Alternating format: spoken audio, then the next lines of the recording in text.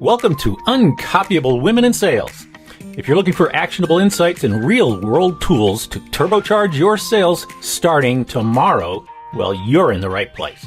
Your host, Kay Miller, earned the affectionate nickname Muffler Mama when she sold more automotive mufflers than anyone else in the world. In this podcast, Kay will talk to another superstar woman in sales as they reveal uncopyable strategies you can use to rack up more leads, snag dream clients, and take your sales numbers through the roof. Stay tuned and get ready to make more sales and how about this? More money. I am delighted to welcome Amber Kellog to today's episode. Amber is the VP of Affiliate Origination and Management for Occam's Advisory. With over 30 years of experience in high-level corporate, finance, and retail management environment, Amber brings an eclectic wealth of knowledge and experience to the show. Amber, welcome to the podcast.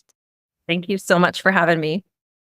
I am very excited to talk to you. You were recommended to me, as we were just talking about, by Shama Hyder, who is the founder and CEO of Zen Media. And she was a recent guest. Her episode was number 57. She has a fascinating story. So if you're listening, please make time to go back and listen to Shama's story. But right now, we're going to talk about Amber's story. And as I said, Amber, I did look online about Occam's Advisory, and it went over my head a bit. So I'd like you to start out and talk about Occam's Advisory and who you serve and what you do. Of course. Thank you. Yes. And you said it right. Occam's Advisory. Not a lot of people know Occam's advice, what Occam's means, but actually it's on the principle of Occam's razor that simple is usually the best way to do things. So Occam's Advisory is a award-winning company. We've won many awards, America's fastest growing companies of 2023. We've been in Financial Times and Statista Inc. repeatedly, America's most innovative companies, 7 years in a row in Inc. 5000. There's a lot of accolades. I could keep going, but we are very fortunate to be recognized as an award-winning company.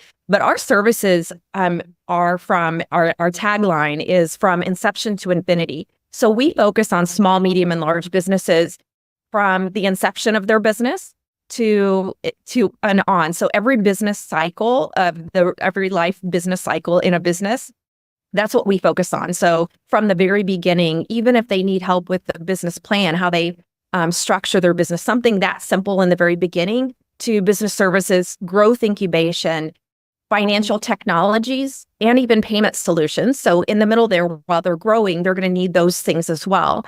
And then also capital markets and investment banking. That's something that we also do. We have a large focus on tax strategies. We have really honed in on what tax strategies benefit small businesses. In the last 2 years, that's what we focused on, especially with the employee retention credit being so vast. Our company has been recognized as a higher caliber ERC provider from the IRS, by the way. And so that is something that we take pride in as well. But most of what we do is on the financial side of business. It's on the financial piece of, your business planning and things like that. So at the moment, we have a lot of different services that we provide. I love to call them solutions. And it's funny because I know your podcast is really around sales, but I feel like when you say services, it is kind of salesy. And I don't feel like you have to be salesy. I feel like if you provide solutions, it automatically sells itself. And so Occam's Advisory provides so many business solutions for businesses from the beginning to even the end, acquisition and exiting strategies. Well, I can tell you, I did look at your website, and oh my gosh, you do have a huge list of awards. So that speaks very highly for you. And yeah, you provide a whole package of solutions, and I'm guessing you do that for businesses that have their hands full running their business, doing everything else, and they don't have the expertise and the knowledge, like you said, to make the most of tax advantages or payroll processes or all those kinds of processes that, of course, I don't even know about, but you do. So you come in and handle that for companies. Can you give me any idea of the size of company or an example of who would be your best, as we call this in Uncopyable, and the Uncopyable framework? We've talked about my book, Uncopyable Sales Secrets. We call your target market your moose. So who would be the very best client if someone's listening to utilize your services? Well, our moose would be someone who would be in growth mode. That would be someone who we're looking to do, especially for the business services. Wow. I got tongue-tied there. And financial technology, the capital markets piece, that's when businesses are in growth mode. And a lot of times they think, man, I want to hit that $1 million mark and I don't know how to do it. Our team comes in and we listen, and we'll talk about that shortly too, about what it means to listen to our clients. And we find out what their challenges are. One of the things that I love asking is, what keeps you up at night? What keeps you up at night? Because that's what we want to hear, realistic, what keeps you up at night from the business owner. And we more than likely have the solution to help them with whatever it is that keeps them up at night, what their challenges are in their business. Now, our moose would be people that, like I said, are in growth mode.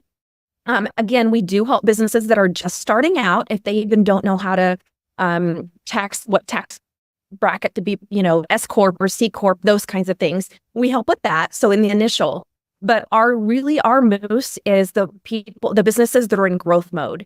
So growth mode when they don't know what to do to get to the next level. And that's really the ones that we are focused on. And we save them money to helping with tax strategies. So that's just a plus that we add on to. Well, one thing that you said that was music to my ears is that you don't have to be salesy. I almost feel like instead of saying I'm in sales, we should be saying I'm in the business of helping. Because if your clients need help, they have a problem and you have a solution, you can add to their process, make it easier, more profitable, help them grow, help them get better results. That's not selling, that's helping. And I'm sure that if you run across a company that doesn't fit your profile, that isn't your moose, you're not going to want to bring those on as a client, right? You can't help them, I assume, and they aren't going to be a fit for you. Is that correct? I will say we really do what we can. And I have to speak kudos to our teams, our leadership teams too. We don't want to say no to people. If we can try to help them, even at the smallest level, obviously there is a cost. We're not a nonprofit. There is a cost to what we do. If they can, even if it's a small business, if they can afford to have a business consulting firm like ours help them get to the next level, then absolutely we do want to help them. But when we're talking about the capital market piece and the investment banking, those are typically really larger companies that we're focused on helping. But again, I don't want to sound like no business left behind, but we don't want to really say no to a lot of people because, again, it is about helping people. And that's how we build our brand, is by helping everyone from the small mom and pop shops to the larger companies with our capital market and investment banking piece. So there's a lot of people in between. So I want to just say to that, there's a lot of people. I had somebody in my past that would say the only bad conversation is the one you didn't have. And I believe that if somebody needs help, a business needs help, we need to have that conversation. And if we cannot help them, then we will find some resources for them. I really feel like that's just the best thing to do by helping, like you said. It's the greatest way to approach that is by talking to everyone. And if we can help them, cool. If we can't, then, we either outsource or something, like to give them some sort of resource to help them. Well, and if you're helping companies grow, that's a good point. You might start at a small level and then you can help them grow. It sounds like you've got the size of, the kind of team where you can help different levels of companies. So that's interesting. And you listening, that means you're not out of the game here. So it's worth reaching out or investigating this because, as I said, who knows where these companies are going and where you can help them grow. So now we're going to step back a little bit because you have quite the fascinating history, like we were talking about, because you started in retail and you started in retail management. You were managing a couple divisions of the Limited, which included a brand we all know, Victoria's Secret. So let's hear about that. I am so curious to hear that story. Well, I started, I don't want to date myself here, but I started retail management while I was in college. The mall was very close to the campus and we had a 2-hour break. So of course we would just go hang out at the mall. And we were the mall walkers, but not like the young mall walkers when it was cool to be at the mall. And I would go into Victoria's Secret all the time to the point where I knew where everything was at. And I knew everyone that worked there. And they joked, you should just work here. And I was like, okay. And we just started working. They realized I had experience in management in the previous position that I'd held. And that was all she wrote for almost 14 years. It was an amazing ride for me to alternate between the two divisions. I refined my abilities. That's where I kind of realized that you need a higher caliber customer service to sell something that high dollar, right? You need that higher caliber mindset of what it benefits the client, right? I learned team leadership, those operational efficiencies that you learn as a manager. Now, while managing though, I was responsible, for operational planning, budgeting, payroll, those sales targets. That gave me a really solid foundation in management. And honestly, I like to say knowing what it was like to run a business. Right? Because it was Victoria's Secret and Bath and Body Works, even though it was those divisions, I still had the ability to know what it was like as a business owner. And trust me, in retail, you work those business owner hours, right? So that 24/7. Oh, absolutely. And you had to be on call and, that kind of thing, just like a business owner. But transitioning from that, starting with that retail management, I loved it. I was promoted very quickly because I just truly was passionate about what I was doing. And again, I wasn't selling. I just was being honest and what benefited the client. And if they wanted a gift, like we would build the gift and it was exactly what they wanted. So again, it really wasn't sales. It was just how it benefited the client. And my experience in retail really helped me with my management and my leadership skills.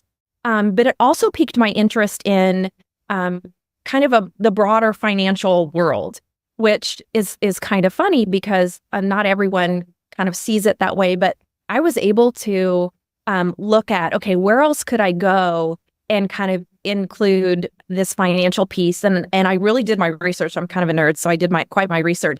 And I looked at banking, and I thought the financial industry is really where I wanted to go.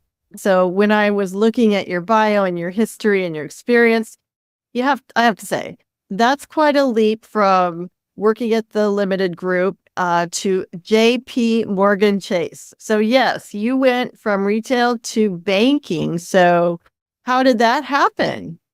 It was really, and like I said, being in management, you learn about the budgeting and those kinds of things and really what the finance piece looks like. And again, being a business owner. And I thought, what a greater industry than finance to know what it was like on the other side of the desk, if that makes sense. So I was on the business management side and I knew what it was like to be an owner, but I needed to see what it was like to be on that side because there was a lot of things I didn't know about. I really didn't know about lending and I didn't know a lot about those kinds of things, which business owners need, right? And so it really did pique my interest in that broader banking world. I was able to get hired on as a banker, and I could develop my skills, knowing what it was to work in a bank in the lending or the financial institution, accounts, credit cards, those kinds of things. But they quickly realized that I had management experience and a long life of management experience, without making me sound old.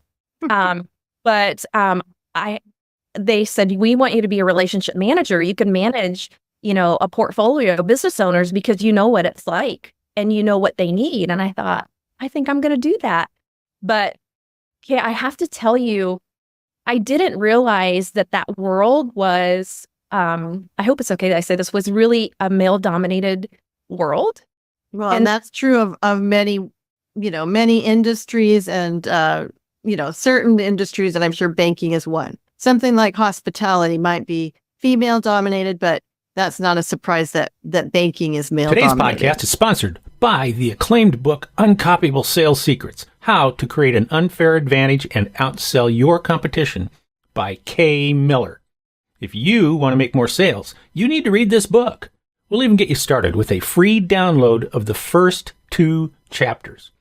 Go to uncopyablesales.com/chapters to grab this offer right now. Yeah. And so I really love in your book, I hope it's okay that I say this, but you said kick fears ASS. Oh, and kick fears ass. You can say that, okay. and you can admit, Okay. and I can admit I'm old because I'm getting Medicare paperwork. So anybody that knows what that means, but yes, kick fears ass. How does that relate to what you had to do?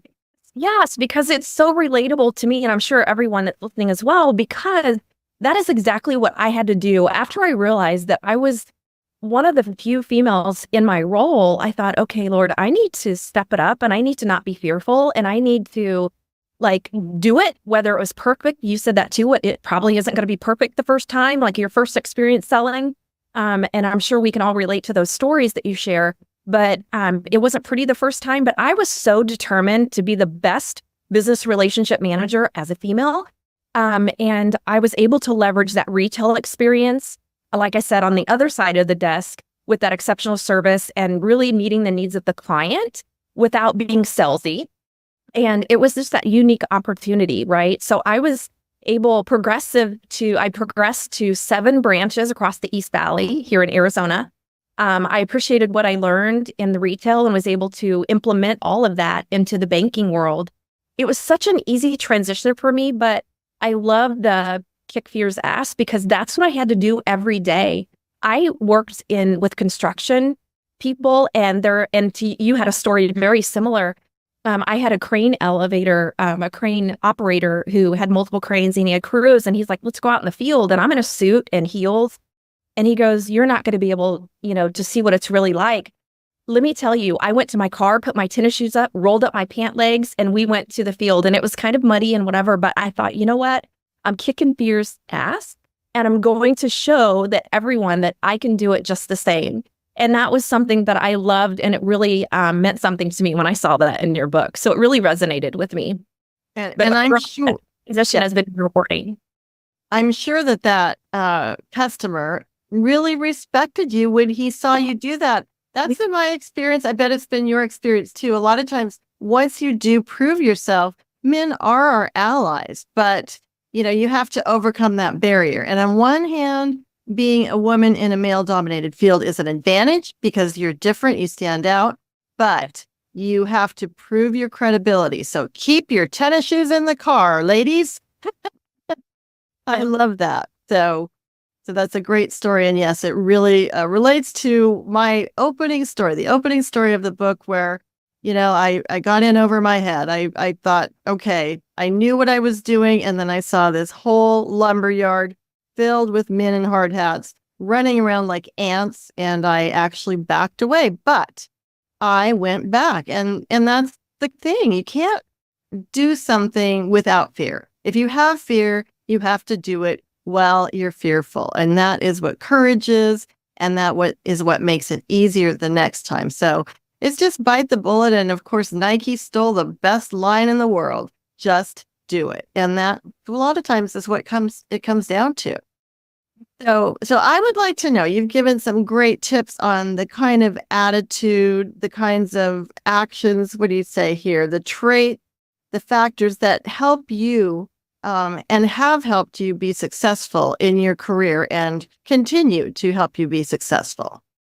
So I have to say, first, I think being a good student, I really feel like that is first and foremost. And I say that because you cannot be a good leader unless you're a good student, a receptive student. I always feel like being a lifelong learner or a continuous learner, however you want to position that, that commitment to that ongoing learning, self-improvement, professional development, I think that is very important as we progress in our career.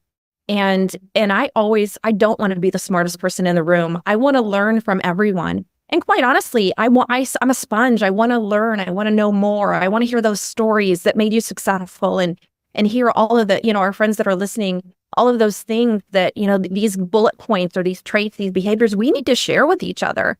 So I feel like being a good student is always my first and foremost thing. And I tell that to my kids a lot. And anyone that I worked with, and although I had 7 branches and a ton of bankers, and even at Victoria's Secret at the last part, I had quite a few stores. I had 12 stores at the end. And you have a lot of people that work under you, but I never said they worked under me. We work together. You work with me. And so if they could teach me something, just like I can teach them, that's what I think being a good student is about. Now, I think the second thing, and this is a skill I would say, is how to effectively communicate. And that sounds so simple, but the reason I say that is because so many people think that they're great at communicating, but they don't check for understanding as a leader. And I think checking for understanding, making sure that what you're communicating is actually understood, is so important to peer-to-peer, but also to your client that you're trying to sell to, right? Because I always think about Denny, my tire guy. Denny knows tires. When I talk about budget, financing, what does your P&L look like? What is your pay? Like, he had no clue what any of that looked like, but he said, that's why I have you. You're that expert. I know tires. I don't know any of that. And so I feel like when I needed to communicate with him, it wasn't in layman's terms. It was just so he could understand. So in most of our industries, we talk about acronyms and we talk in our industry speak, and that's not something that is understood, by the masses. And I think speaking to where people understand is very important. I always tell my teams that it takes 2 ears and 1 mouth to communicate, because you need to listen with both ears first, and then you speak, but you need to listen. I always say, I'm the fix-it chick. And that's something that I say, and we talk about what stands out. And that's something that I used to say, and one of my superiors at the time said, stop saying that. It dilutes what you do. And I thought, I think it is perfect in the construction world, or in a lot of industries. They can relate to that fix-it chick or fix-it man in mentality, but we should attempt to fix everything right away in one fell swoop. So that communication needs to be strategic. We need to have a thought out strategy, which when we talk to our clients or when we go back to them. Now, we've all witnessed salespeople that make some mistakes about trying to sell everything all at once because they think this is their only chance, right? But if you build that rapport, and really make sure that you're listening to the client and you know that you have their best interests in mind, acknowledging their challenges and solutions, then you can go back and say, okay, I know that you mentioned X, Y, and Z. How is that going for you? And then you can say, they're so surprised because you can't believe that you actually listened, right? And you didn't address it the first time, but you can go back. But that's listening. That's all a part of communicating. But I think the last thing, if it's okay that I'm sorry, this is kind of a long answer, but resilience and being adaptable is another thing that I feel like is a really important skill, because what your experience in the story that you share in the beginning of your book and we just shared a minute ago, you talked about, I was in over my head, I left, but guess what? I came back. I just got chilled. I came back because I was resilient, because you are resilient. And I think that that's so important. You adapted to the situation, you gathered your thoughts, and you came back full force, and you killed it. Now, the world is ever changing. Business is changing all the time. Sales is changing all the time. This means we have to adapt, right? We have to stay calm under that pressure, and we have to bring it on back. I tell people, let's bring it on back. Let's bring it on back together. And I think that that's something that's very crucial. We can't be hotheads. We can't be yelling at people or, those kinds of things in the moment. We need to, admit our shortcomings if that's the way it is. But being adaptable is important. We have a book club internally, our leadership team, and our last book was Good to Great by Jim Collins. And this resilient adaptability makes me think of this, because Jim Collins describes resilient leaders are those who possess a blend of personal humility on top of professional will. And I think that that's something that really needs to resonate with us when we talk about what behaviors. These kind of leaders demonstrate those things. And I think that, while being humble, it credits to our success being resilient and adaptable. So those are the things that I would say, I think would be resilient, adaptable, learning to communicate effectively, and being a good student. Those are things that I feel like are behaviors we need to continue to know and learn. Well, those are all excellent points. You should be a sales trainer. I love doing, that's actually what I did at Victoria's Secret, was training and development. And that's a lot what I do at Occam's Advisory as well with the affiliate program. So we have the training and development piece is something that I love to do as well. So that's funny that you say that. Yeah, no. And so I'm going to try to unpack, as they say, a few of the things that you said. And you who are listening to this podcast are ongoing learners, lifetime learners. Amber, the fact that you took time to read my book, and not every guest does that, proves that you want to learn. It also makes you a fabulous guest, because just like I want to make you look good, that's making me look good. The communication, not having people under you, but partnering with them. And I think it's ironic that a lot of times sales managers will want their salespeople to treat their customers in a certain way, and yet they don't treat the salespeople in that way. So that is, I think, a really important part. Of course, resilience, I cite in my book, the book Grit by Angela Duckworth, and that is just a part of this sales process. Sales is not consistent. I talk about the stock market, since 1929 when it crashed. And no, we don't know that. We're not that old. We don't remember that. But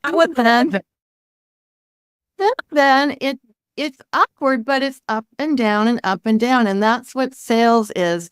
And sometimes it's really difficult. It's easy to get discouraged and down. And you just have to have that resilient spirit.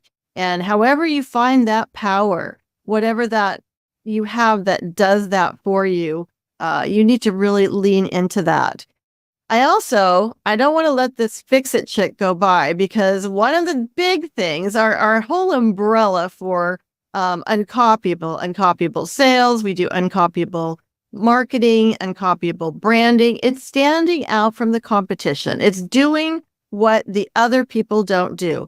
And yes, is fix-it chick a little controversial?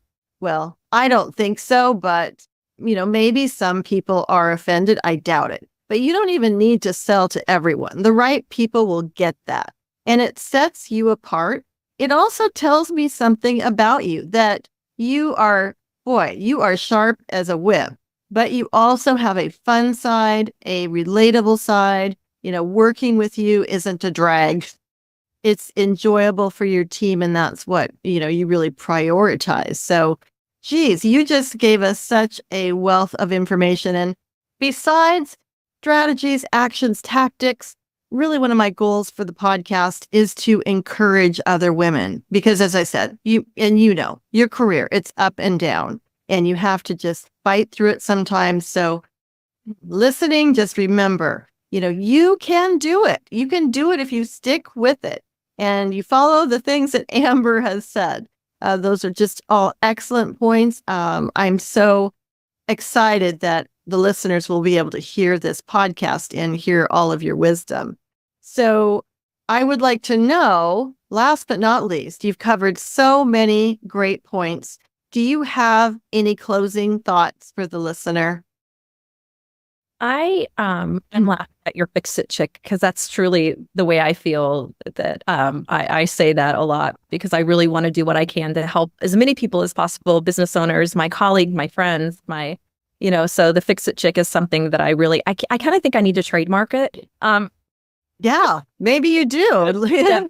And ironically, I kind of like to write too. So I've started writing something, and it's called the fix-it chick. But circling back to your question, I think the biggest, maybe I should say, a learning for me, and maybe that will help resonate to closing remarks to your listeners, about, especially in sales, is treating people with dignity and respect. We talk about that, and it seems so simple, but I feel like when you talk to people, peers, upper level down, whoever, or sideways, whoever you talk to, I truly believe that talking to them, speaking them with integrity, having effective communication, like we talked about, that emotional intelligence, being an empath, I really listen, and I feel a lot of what people think. Sometimes it's good, sometimes it's bad, but I really feel like those things are important with dignity and respect, but also in sales, sticking to your word. I feel like that's an important thing. you mentioned a lot, actually a few times in your book about following up. And I feel like following up is really important, but I feel like that goes under the sticking to your word thing too, because call them if you're going to say you're going to call them. Those mutually beneficial relationships are not built on empty promises. So I feel like when you effectively build these strong relationships with your clients, your colleagues, your network, your COIs, or your circle of influences, it is truly your brand. It's truly how you come across and how, and it is my personal brand. It's my reputation, how I treat people and how I want people to be treated. The closing remarks, I would say, learning to be able to treat people with dignity and respect and not really just focus on, I gotta sell. It's really listening, and really the client is going to respect that so much more because, and you said this too, and we say this all the time in the business world, you're not selling really the product and they're not buying the product, they're buying you. It's you that's really making it happen. And so I think that if you treat people with dignity and respect, stick to your word, cultivate these strong relationships, then you will really go a long way in sales and in business. I feel like supporting one another is another thing I want to make sure that's worth noting, that we have to support one another. I want to support you however I can, just like you already said that you want to support me as well. Anyone on the call, I love meeting new friends and networking and seeing what we could do. I love being that person to say, I know a guy, I know a girl. If I can't do it, I know somebody who can. And I think that that's somebody who I think that we all need to try to be. Those are great closing remarks. Selling yourself maybe sounds weird, but you are part of the uncopyable package that they're buying. You know, most things that we sell are commodities. They could get them somewhere else, but they don't want to get them somewhere else because of the unique advantage that you add. So those are excellent points. If you are interested in finding out more about Occam's advisory, I will put Amber's links in the show notes so you can get a hold of her. Like she said, she's open to new connections. It has been an absolute delight talking with you, Amber, and I just want to thank you so much for being on the podcast. Thank you so much. You're fabulous. You're fabulous. I appreciate you for having me on. Thanks for listening to this episode of Uncopyable Women in Sales, your source for secrets you can use to make more sales. Check the show notes for links and contact information. And if you enjoyed the podcast, please spread the word by subscribing, sharing, and leaving a 5-star review. You can always learn more by going to uncopyablesales.com/podcast. Until next time, go out and supercharge your sales like a true uncopyable rock star.